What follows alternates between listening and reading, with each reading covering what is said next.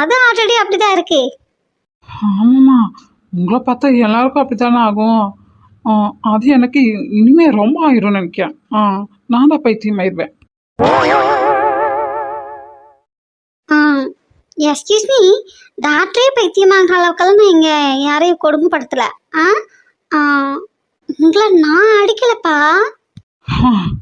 அடிச்சிருந்தா கூட பரவாயில்ல, அடிக்காமையே பூ மாதிரி இருக்கிறவள ராஜஸ்ரீயா மாறுவேன்னு சத்தியமா இப்போ வரைக்கும் என்னால் நம்ப முடியலப்பா. பை பை, இப்போ உங்ககிட்ட ஒரு பேஷண்ட் வராங்கன்னு வச்சுக்கிங்களேன், அவங்களுக்கு புரிகிற மாதிரி மேலோட்டமாக என்ன சொல்லணுமோ அதை சொல்லிட்டு விட்டுருவீங்களா?